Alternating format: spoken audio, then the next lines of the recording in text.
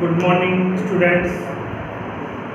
कल हमने प्रश्नमाला एक संख्या पद्धति के बारे में आपको परिभाषाएं समझाई थी। आज हम प्रश्नमाला 1.1 का अध्ययन करने जा रहे हैं। प्रश्नमाला 1.1 में पहला प्रश्न जो दे रहा है वो कह रहा है कि क्या शून्य एक परिमेय संख्या है? क्या शून्य एक परिमेय संख्या है? क्या इसे आप p बटा q के रूप में लिख सकते हैं, जहां p और q पूर्णांक और q नॉट इक्वल बराबर 0, मतलब हर का मान 0 के समान नहीं होना चाहिए। तो क्वेश्चन नंबर पहला है, क्या 0 एक परिमेय संख्या है? इसका आंसर लिखेंगे हम। हाँ, 0 एक परिमेय संख्या होती है। हम आंसर लिखेंगे हाँ, 0 एक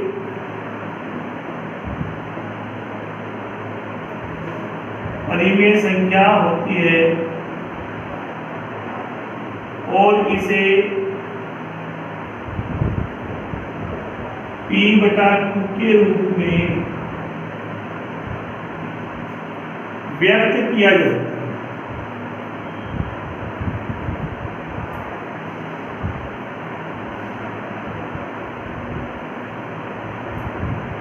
कल भी दिखाया था मैंने आपको कि 0 हमेशा परिमेय संख्या होती है। क्यों? कि किसी भी 0 में 1 का भाग दे तब भी 0 आता है, 2 का भाग दे तब भी 0 आता है। मतलब किसी भी संख्या का अगर 0 में भाग दे 0 आता है। और अब हम 0 बटा 1 लगा देते हैं तो यह संख्या p बटा q के रूप में व्यक्त है। ऐसे हम कोई सी भी लिख सकते हैं, जैसे 0 बटा 1 भी लिख सकते हैं, 0 बटा 2 भी लिख सकते हैं, 0 बटा 3 भी लिख सकते हैं, 0 बटा 4 भी लिख सकते हैं। इस प्रकार से 0 को p बटा q के रूप में और व्यक्त कर सकते हैं। और जो संख्या p बटा q के रूप में व्यक्त हो जाती है वो कौन सी कहलाती है? परिमेय संख्या कहलाती है। इसलिए हम कह सकते हैं कि 0 एक परिमेय संख्या होती है। देखो इसे ऐसे,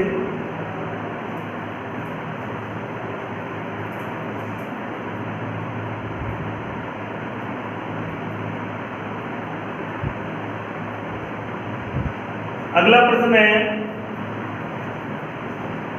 कि 3 और 4 के मध्य 6 परिमेय संख्या ज्ञात करनी है।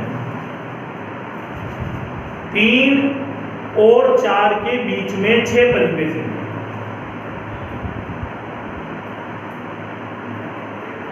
तीन व 4 के मध्य में 6 परिमेय संख्या ज्ञात करनी।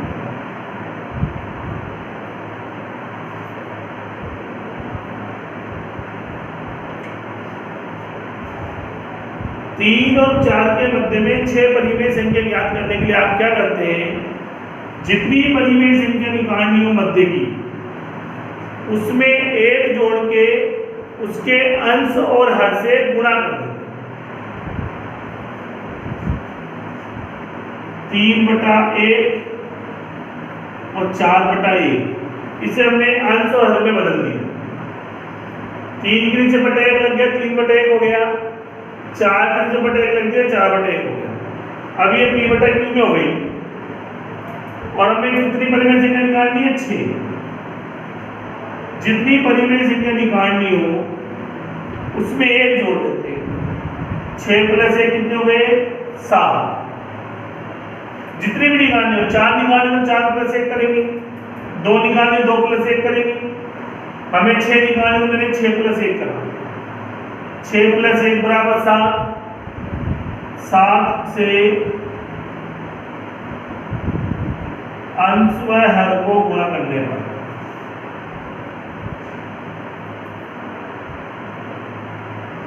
अब हम इसको भी गुणा करेंगे और इसको भी गुणा करेंगे। तो मेरे पास मान आ गए 3 7 21/7, 4 7 28/7। बोला मुझे 21 से 28 के मध्य में 6 परिमेय संख्या होनी चाहिए। 21, 22, 23, 24, 25, 26, 27 और 28। अब बीच में कितनी संख्या आई? 1 2 3 4 5 6। तो 6 परिमेय संख्या आ गई। तो 3 व 4 के मध्य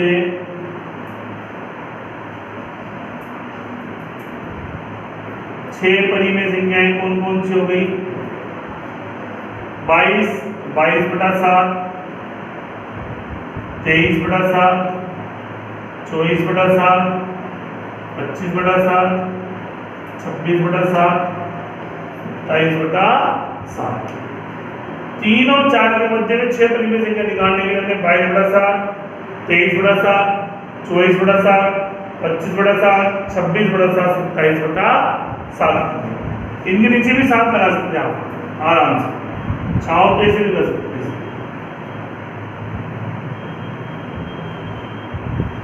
क्योंकि 21/7 से लेकर 28/7 तक वहां पर ये सारी परिमेय संख्या है। 21/7, 22/7, 23/7, 24/7, 25/7, 26, 28। 7 का भाग 21 में देता हूँ, 7 से 21 3 बार जाता है। 7 का भाग 28 देता हूँ, 7 से 28 4 बार जाता है। इसका मतलब ये मान 3 और 4 है, और इसके बीच में जो परिमेय संख्या आ रही है वो कितनी परिमेय संख्या हो गई? 6। 21/7, 22, 23, 24, 25, 26, 27/7। इस प्रकार से हम 6 परिमेय संख्याएं ज्ञात कर सकते हैं।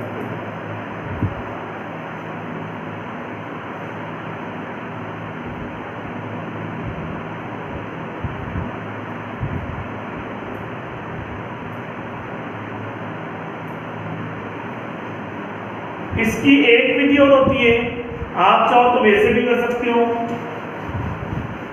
कैसे? अगर आप ऐसे नहीं करना चाहो तो इसका एक सूत्र भी होता है,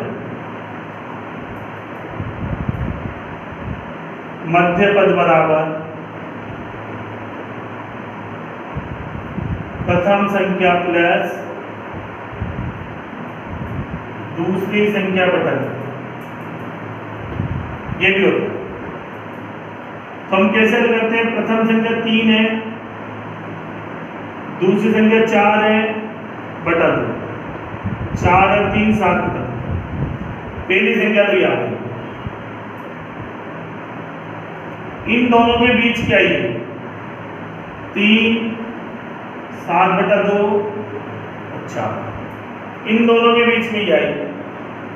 अब हम इन दोनों के बीच से एक निकाल सकते हैं और इन दोनों के बीच से भी एक और निकाल सकते हैं। तो दूसरी निकाली मैंने, प्रथम संख्या प्लस दूसरी संख्या बटा 2। अब ये लघुत्तम लेकर लोएंगे। 3 दूनी 6, 7 से 13 बटा 2 गुणा 2 नीचे चल जाएंगे, 13/4। इन दोनों के बीच में ले लो। तीसरी संख्या 7/2 प्लस 4 बटा 2। इसका भी लघुत्तम लेकर करेंगे। 2 लघुत्तम, 2 का भाग 2 में 7 बार, 1 का भाग 2 में 2 बार, 2 चौको 8 बटा 2 बराबर 8 7 15 बटा 2 नीचे चल जाएंगे, 2 दूनी 4। अब देखो 3 आई थी, इसके बीच में था 13/4।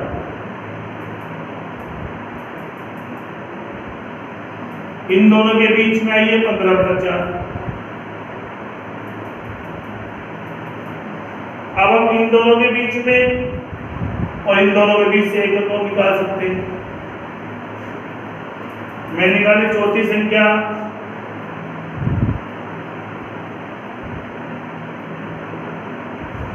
इन दोनों के बीच 3 और 13/14, 3 + 13/4 बटा 2। इसका भी लघुत्तम लिया 4, 4 के 12 प्लस 13 बटा 2, 12 13 25 बटा 4 दूनी 8, 25 बटा 8 आ गया।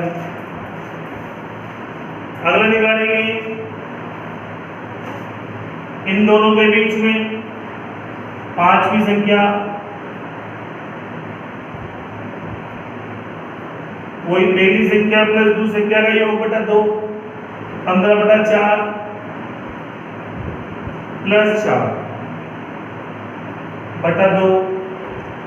इसका लघुत्तम 4, 4 का भाग 4 में 1 बार 15, 1 का भाग 4 में 4 चौक 16 बटा 2। ऊपर का बटा नीचे आ जाता है, यहाँ पे 16 15 31 बटा 4 दूनी 8। अब हमारे इन दोनों के बीच में तो आएगी 3, इसके बीच में आएगा 25 बटा 8, फिर तो 13 बटा 4, 7 बटा 2,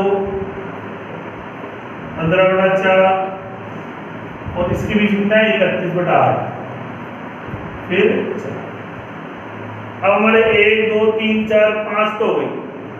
अब एक लास्ट और बची, या तो इन दोनों के बीच में निकाल लो या इन दोनों के बीच में निकाल लो, कोई से निकाल लो। छठी संख्या 3 प्लस 25 बटा 8 बटा 2, 8 लघुत्तम 8 की 24 प्लस 25 बटा 2, 5 4 9 2 2 4 49 बटा 8 दूनी 16। अब हमारे दोनों के बीच में 6 संख्या आ गई, 49 बटा 16, 25 बटा 8,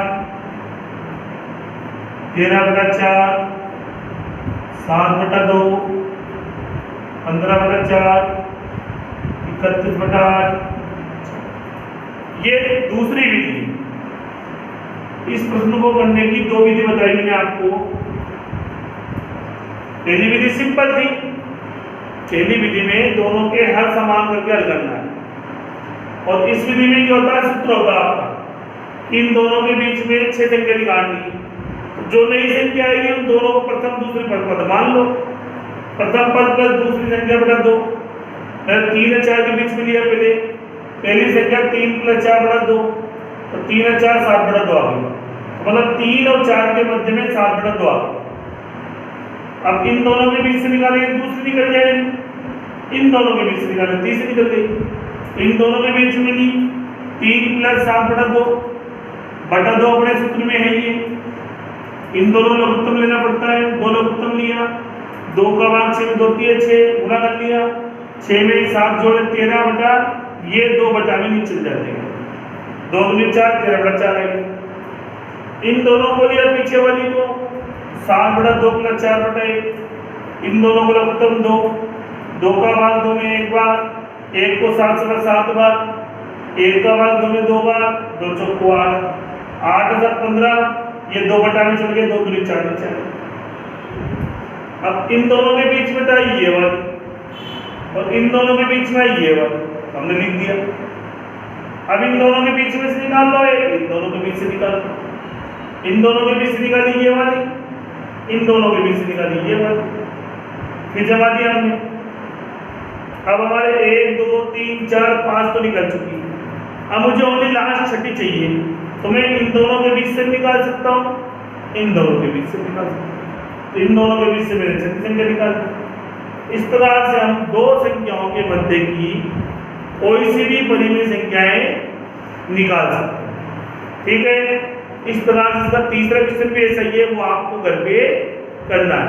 पहला दूसरा तीसरा तीनों क्वेश्चनों को आप घर पे रिवीजन करना, नहीं समझ में आया तो मित्र क्लास में वापस समझा देंगे।